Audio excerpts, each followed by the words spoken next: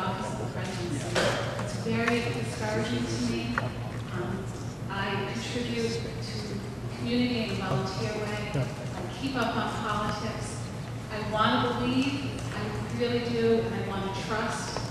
And I really don't think at this point that I have the confidence, the trust, and the belief that I once did in the office of the presidency. And I wonder how you respond to that, and how you might advise me to talk to my children who are 11 and 13 and really interested, particularly now since 9/11, what's happening in our country. I honestly stand here before you feeling frightened for my children. I feel frightened that our homeland security is not that secure. I worry. I don't want to leave the United States. I don't want to travel as once I loved to do to Europe and to other countries. I stand before you honestly wanting to know how I can trust and believe in the next president of the United States. Thank you so much for your time. Thank you. Back to back, two of the more important questions that I've ever received in all the time I've been involved in public office. I guess my first response to you is that you are right in the fact that a lot of Americans have lost confidence. I mentioned earlier about the low approval rating of the Congress and of the President, and we have been divided in such a bitter, partisan way that it's really not only unfortunate, but we are not doing the things that we are sent to our nation's capital to do. I think the immigration issue is a classic example of the lack of confidence that the American people have that we are willing to do what we say we're going to do. In other words, we didn't make the argument well enough and strong enough that we would really secure the borders. So if people didn't believe that we would be affected, they didn't believe their borders would be secured, so therefore they didn't support that proposal. And I understand that partially because in 1986, some of you remember, we passed a law that gave amnesty, and we said we'd secure the borders, and we didn't. So there's a huge credibility gap out there as to whether our government will really act in an effective fashion for the people. I also don't think that Americans care much for this bitter partisanship that exists in Washington. I think they expect better of us, and we should do better.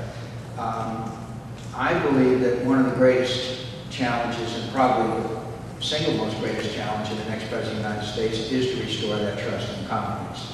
I think you can only do it by campaigning in a credible way, by having a record that inspires that trust and confidence, and a commitment, an absolute commitment to place the nation's priorities over your partisan priorities. A lot of Americans think we have that reversed, and a lot of Americans are right. We've lost sight of the fact that our national interests should override our political interests.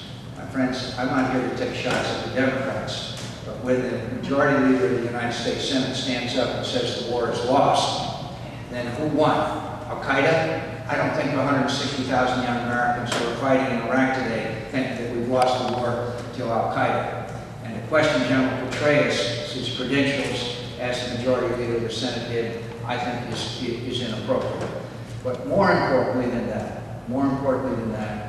I would remind you that we've had tough times at other times in our history. When I came home from prison in Vietnam, we had a defeated military, we had riots, we had assassinations, we had broken institutions of government, we had Americans being held hostage in Tehran, and we had a president of the United States who said we were suffering from a national malaise or illness. We had a guy come out of California that said, our best days are ahead of us, the Berlin Wall will come down, we'll win the Cold War, America's best days are ahead of us. And that's what I believe, and that's the kind of confidence we've got to restore back with the American people.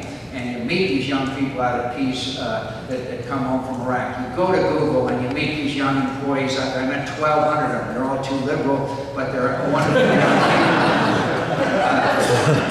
people. You go across this country and you meet the young people of this nation, and you are reassured and you are re-inspired and rededicated.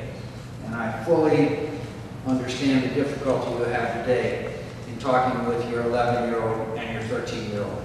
but it's my job to open a dialogue with them, and it's my job to keep the conversation open with you so that we can restore this confidence and the bedrock belief that this is still the noblest experiment in the history of the world and our best days are ahead of us. And I believe that with all my heart.